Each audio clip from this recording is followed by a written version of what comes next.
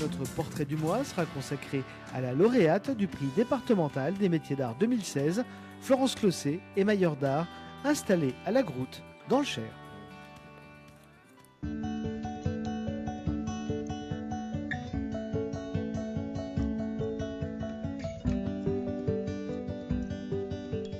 Je suis émailleur d'art sur cuivre. C'est un métier peu pratiqué, qui utilise des gestes du Moyen-Âge, qui est très méconnu et qui est un métier rare. On travaille avec de la poudre d'émail.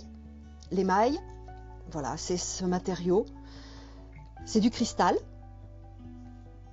que l'on achète auprès d'une cristallerie. La cristallerie Saint-Paul à Limoges est la seule cristallerie de France, et que l'on va broyer. Ce cristal va être broyé en poudre fine, et je travaille cette matière comme un peintre travaille ses pigments en fait.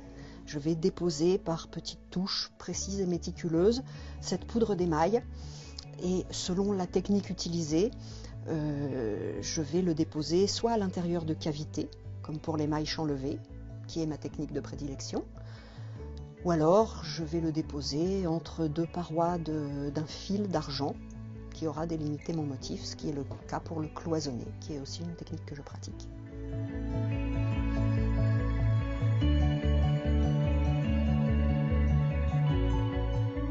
Les blasons, qui sont réalisés en champ levé, en fait, restituent à l'art de l'héraldique ces matériaux d'origine, puisque j'utilise du métal et de l'émail, et que les blasons précieux autrefois étaient réalisés en métal et émail. C'est pour cela en fait que dans le vocabulaire héraldique, les couleurs s'appellent les émaux.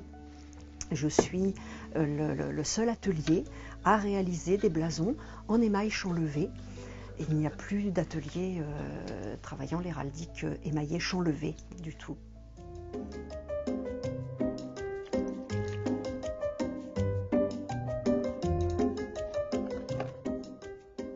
Alors, grâce à cette pièce, j'ai eu le grand plaisir de recevoir le prix des métiers d'art l'année dernière, en 2016. Je l'ai intitulée Girafe, mère et fille, parce qu'elle représente sur les deux niveaux une maman girafe et son girafon. Et c'est une pièce qui fait partie d'un abécédaire que je compte réaliser sur plusieurs années. J'ai commencé en 2015 et les 26 lettres de l'alphabet seront illustrées chacune par un tableau animalier dans cette technique. Mon but, par cette œuvre, c'est de donner une visibilité majeure à l'art de l'émail. En fait, je voudrais faire redécouvrir à un public plus large l'art de l'émail.